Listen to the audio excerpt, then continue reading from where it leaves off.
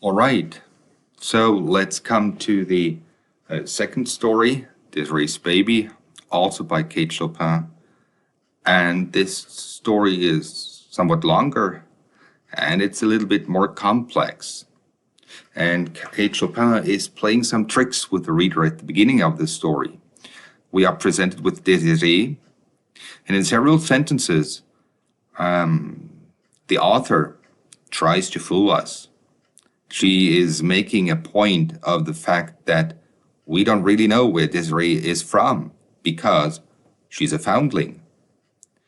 And, in the third paragraph, the prevailing belief was that she had been purposely left by a party of Texans, and so on and so on and so on. So, during the story and with the story developing, we are always reminded of the fact that we don't know much about Désirée.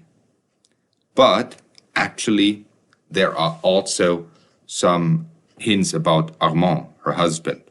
But again, once again, here about the girl's obscure origin. So this is mentioned several times, and this is leading us, the reader, on the wrong track.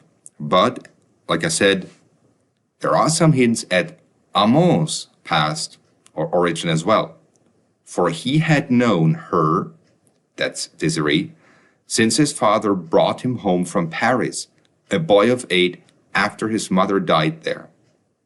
So we can assume that up to the age of 8, Armand had been living in Paris, and he had come to the United States after his mother had died.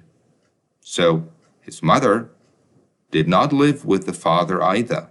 So there is the first hint about this. Then, of course, further down the story, when they slowly realize that the baby is not completely white, and they realize this by comparing the baby to one of the black house servants, Sandrine,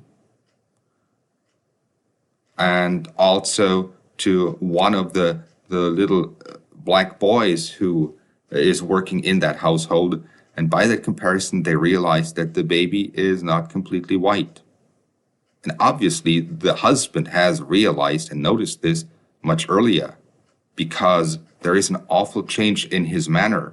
And at first, Désirée is somewhat stunned. She doesn't know why this is so until finally she also realizes that her child is not completely white. And then there is this dialogue between her and her husband. And he tells her, the child is not white, and this means that you are not white. And now, again, little hints by the author. Look at my hand, she says, whiter than yours, Armand.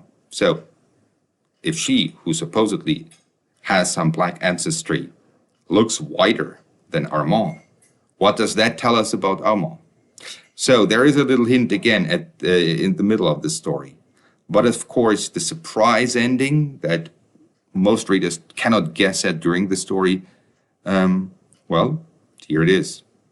It's the letter of Armand's mother to her husband, to Armand's father, in which it is revealed that she belongs, as she says, to the race that is cursed with the brand of slavery, and so does the child, Armand, then. So it's actually Armand who is not completely white. But those little traps that Kate Chopin has put into that story usually work quite well. When I read the story for the first time, the ending was surprising for me as well, because I really thought it was Désirée and not Armand, especially when Désirée commits suicide, as we can assume. I thought it was quite clear that, she had some black ancestor somewhere in her family. So, but if you read it attentively, there are some hints at Armand's ancestry not being quite so clear either. Okay.